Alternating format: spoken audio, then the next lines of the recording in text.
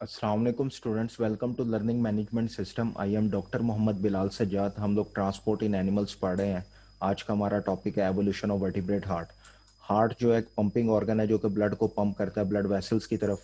इसमें ब्लड जो है वो एओर्टा में जाएगा, एओर्टा से आर्टरीज की तरफ जाएगा और आर्टरीज से कैपिलरीज की तरफ। कैपिलरीज जो है वो स्मॉलेस्ट वेसल्स हैं जो कि एक्सचेंज करवाती हैं मटेरियल्स का between blood and body tissues. इसके बाद ब्लड जो है वो वेन्स में आ जाएगा और वेन्स से जो है वो फाइनली हार्ट की तरफ आ जाएगा। हम फिशेस के हार्ट को सबसे पहले डिस्कस करेंगे। फिशेस जो है वो एक्वेटिक एनवायरनमेंट में रहती हैं।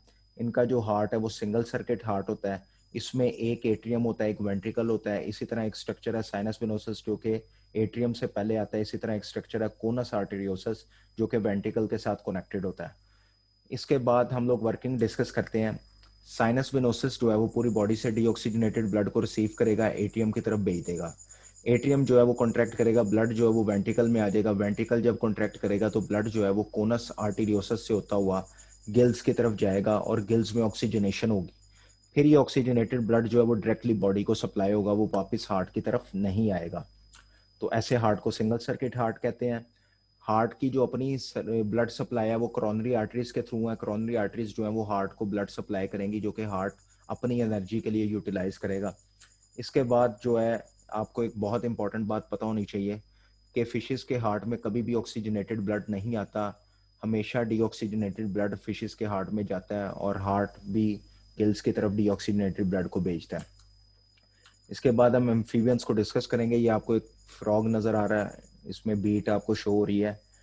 ये एम्फीबियंस जो हैं जिनमें हम फ्रॉग को भी डिस्कस करते हैं, इनका हार्ट जो है वो 3 चैम्बर से बना होता है।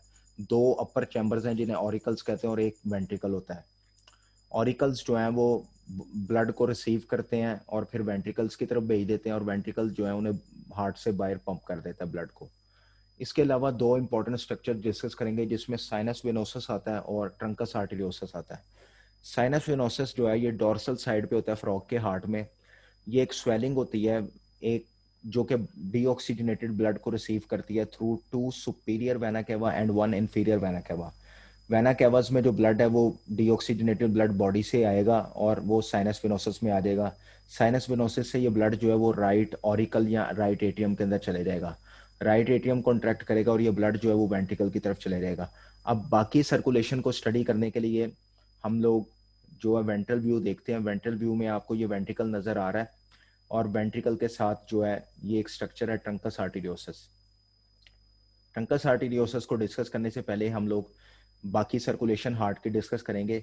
जिस तरह हमने राइट साइड डिस्कस की थी हार्ट की, अब हम लेफ्ट ऑरिकल को, लेफ्ट एटीएम को डिस्कस करेंगे। वो ऑक्सीजनेटेड ब्लड को रिसीव करेगा लंग से।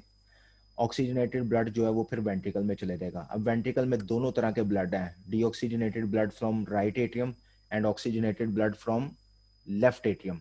दोनों ब्लड जो है मिक्स होंगे वेंट्रिकल के अंदर, वेंट्रिकल कॉन्ट्रैक्ट होगा और ये जो ब्लड मिक्स ब्लड है ये ट्रंकस आर्टेरियोसस के अंदर चले जाएगा। ट्रंकस आर्टेरियोसस एक मेन डक्ट है जिससे 2 डिवीजन्स निकल रही हैं। ये डिवीजन्स आगे जो है वो बॉडी में ब्लड सप्लाई करेंगे थ्रू आर्चिस। तो इन डिवीजन से राइट और लेफ्ट कैरोटिड आर्च निकलेगी जो कि हेड और फेस रीजन को ब्लड सप्लाई करेगी। इसी तरह इसमें से राइट और लेफ्ट सिस्टेमिक आर्चेस निकलेंगी जो कि आगे बॉडी के डिफरेंट पार्ट्स को ब्लड सप्लाई करेंगी। इसी तरह पल्मोकुटेनियस, पल्मोकुटेनियस का वर्ड लंग्स, पल्मो का मतलब लंग के लिए है और कुटेनियस का वर्ड स्किन के लिए है। तो राइट और लेफ्ट पल्मोकुटेनियस आर्चेस जो हैं ये स्किन और लंग्स को ब्लड सप्लाई करेंगी। तो ये हमने जो है साइनस वेनोसस को भी डिस्कस किया और साथ ही साथ ट्रंकस आर्टेरियोसस को भी डिस्कस किया, उनका क्या रोल होता है। इसके बाद हम लोग एम्फीबियंस के हार्ट को इनरली स्टडी करते हैं। उसका सेक्शन आप देख रहे हैं।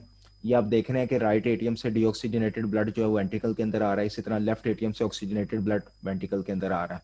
ये दोनों ब्लड मिक्स होंगे और ट्रंकस आर्टेरियोसस में जाएंगे और वहां से 2 डिवीजन्स के थ्रू जो है वो बॉडी में और लंग्स की तरफ चले जाएंगे, हेड रीजन की तरफ भी चले जाएगा। ये आपको बड़ी क्यूट सी डायग्राम नजर आ रही है, छोटा सा हार्ट बीट होता नजर आ रहा है ट्रांसपेरेंट स्किन की वजह से फ्रॉग के अंदर। इसके बाद हम लोग रेप्टाइल्स को स्टडी करेंगे। रेप्टाइल्स जो है वो एमनियोट्स हैं। बर्ड्स को और मैमल्स को भी एमनियोट्स कहते हैं। तो रेप्टाइल्स और बाकी तमाम एमनियोट्स का जो हार्ट है वो 4 चैम्बर्ड है, यानी अब हार्ट के 4 चैम्बर्स डेवलप हो चुके हैं, 2 ऑरिकल्स 2 वेंट्रिकल्स। ये जो वेंट्रिकल्स हैं इनके दरमियान जो सेपरेशन है वो इनकम्प्लीट है अभी रेप्टाइल्स के अंदर, इसलिए थोड़ा बहुत ऑक्सीजनेटेड डीऑक्सीजनेटेड ब्लड जो है वो मिक्स होगा भी। इसके बाद हम लोग स्टडी करते हैं। नीचे आपको क्रोकोडाइल की पिक्चर नज़र आ रही है, बड़ा डेंजरस एनिमल है, इसकी काफ़ी बड़े से ह्यूज एनिमल है और इसको ब्लड रिक्वायर होता है और ऑक्सीजनेटेड ब्लड ज़्यादा चाहिए होता है, इसलिए इसके जो वेंट्रिकल के दरमियान जो सेपरेशन है, जो इंटरवेंट्रिकुलर सेप्टम है वो कंप्लीट होता है इन केस ऑफ क्रोकोडाइल, क्योंकि ह्यूज एनिमल है। अब हम रेप्टाइल्स का हार्ट इनर साइड से स्टडी करते हैं, इनर सेक्शन उसका देखते हैं। तो यहाँ पे आपको सबसे पहले हम लोग डिस्कस करते हैं लेफ्ट वेंट्रिकल, फिर हम लोग राइट वेंट्रिकल को डिस्कस करेंगे। लेफ्ट वेंट्रिकल में एक रीजन आपको नजर आ रहा है जिसको कैवम आर्टेरियोसम कहते हैं। कैवम आर्टेरियोसम जो है वो ऑक्सीजनेटेड ब्लड को रिसीव करता है फ्रॉम लेफ्ट एट्रियम। इसी तरह नीचे एक रीजन आपको नजर आ रहा है कैवम विनोसम, ये बड़ा सा एक सेक्शन है लेफ्ट वेंट्रिकल के अंदर, और ब्लड यहाँ पे कलेक्ट होगा और फिर वेंट्रिकल कॉन्ट्रैक्ट करेगा और ब्लड जो है वो फर्दर आगे मूव करेगा टुवर्ड बॉडी।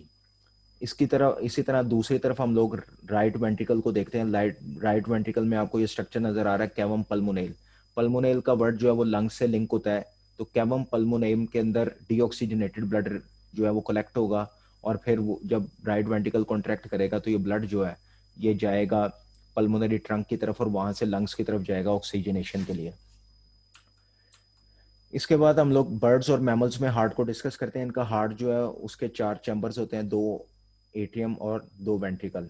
इनमें कंप्लीट सेपरेशन होती है, कंप्लीट इंटर एट्रियल सेप्टम होता है और कंप्लीट इंटर वेंट्रिकुलर सेप्टम होता है।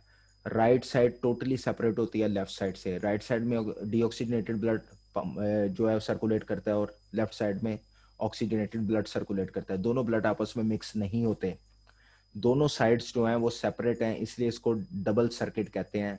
हार्ट डबल सर्किट हार्ट होता है बर्ड्स का और मैमल्स का। पूरी बॉडी से जो है वो डीऑक्सीजनेटेड ब्लड जो है वो राइट एट्रियम के अंदर कलेक्ट होगा through superior and inferior vena केवा। उधर से जब राइट एट्रियम कॉन्ट्रैक्ट करेगा तो ब्लड जो है वो राइट वेंट्रिकल में जाएगा। राइट वेंट्रिकल जब कॉन्ट्रैक्ट करेगा तो ब्लड जो है वो पल्मोनरी ट्रंक में जाएगा। पल्मोनरी ट्रंक से पल्मोनरी आर्टरीज निकलेंगी, वो ब्लड को जो है लंग्स की तरफ ले जाएंगी। लंग्स से ऑक्सीजनेशन के बाद जो ब्लड है वो पल्मोनरी वेन्स के अंदर आएगा और वेन्स के थ्रू वो लेफ्ट एट्रियम में आएगा। ये ऑक्सीजनेटेड ब्लड जो है वो लेफ्ट एट्रियम के कॉन्ट्रैक्ट करने से लेफ्ट वेंट्रिकल में चले जाएगा। लेफ्ट वेंट्रिकल कॉन्ट्रैक्ट करेगा तो ब्लड जो है वो एओर्टा के थ्रू जो है वो पूरी बॉडी के डिफरेंट रीजन्स में डिवाइड होगा। हेड रीजन में, चेस्ट रीजन में, या थोरेसिक रीजन भी कहते हैं चेस्ट रीजन को, इसी तरह एब्डोमिनल रीजन में और फिर लेग्स में ये ब्लड चले जाएगा और फिर वही साइकिल स्टार्ट होगी। फिर दोबारा ब्लड जो है वो कलेक्ट होगा राइट एट्रियम में थ्रू वेना के पास। तो आप यहाँ पे देख रहे हैं कि लेफ्ट वेंट्रिकल की जो वॉल है वो थिक है as compare to right ventricle, क्योंकि इसने ब्लड को पूरी बॉडी में सप्लाई करना है, ज्यादा ब्लड सप्लाई करना है डिफरेंट डिस्टेंस एरियाज में, तो इसलिए इसकी वॉल ज्यादा स्ट्रांग होनी चाहिए। इसके बाद अब हम लोग ये, क्योंकि बर्ड्स और मैमल्स का जो हार्ट है वो डबल सर्किट है, तो हम लोग इसमें 2 तरह की सर्कुलेशन है, पल्मोनरी सर्कुलेशन और सिस्टेमिक सर्कुलेशन। पल्मोनरी सर्कुलेशन जो है वो सर्कुलेशन है जो हार्ट और लंग्स के दरमियान है। सिस्टेमिक सर्कुलेशन वो सर्कुलेशन है जो कि हार्ट और बॉडी के दरमियान है। तो पल्मोनरी सर्कुलेशन जो है इसमें जो ब्लड है वो राइट वेंट्रिकल से जो है वो पल्मोनरी आर्चीज की मदद से लंग्स में जाएगा ऑक्सीजनेशन के लिए, और फिर ऑक्सीजनेटेड ब्लड जो है वो लेफ्ट एट्रियम के अंदर वापस आएगा या लेफ्ट ऑरिकल के अंदर वापस आएगा।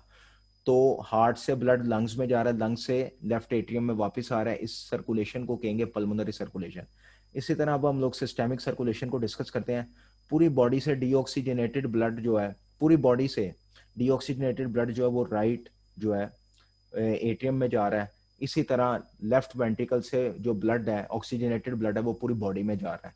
तो जो हार्ट का और पूरी बॉडी की जो सर्कुलेशन है उसको सिस्टेमिक सर्कुलेशन कहते हैं। यहाँ पे एक दफा दोबारा डायग्राम में देख लेते हैं। आप देख रहे हैं कि राइट वेंट्रिकल कॉन्ट्रैक्ट करेगा, ब्लड जो है वो लंग्स में जाएगा थ्रू पल्मोनरी आर्टरीज। इसी तरह जो है पल्मोनरी वेन्स के थ्रू ऑक्सीजनेटेड ब्लड जो है वो लेफ्ट एट्रियम में आ जाएगा। तो ये पल्मोनरी सर्कुलेशन है। इसी तरह हम लोग सिस्टेमिक सर्कुलेशन को डिस्कस करते हैं। अब लेफ्ट वेंट्रिकल कॉन्ट्रैक्ट करेगा तो ब्लड जो है वो बॉडी की तरफ जाएगा, बॉडी में एक्सचेंज के बाद ब्लड वेन्स में आएगा, वेन से वो किस में आ जाएगा, वेना केवा के थ्रू राइट एटीएम के अंदर। तो ये हो गई सिस्टेमिक सर्कुलेशन।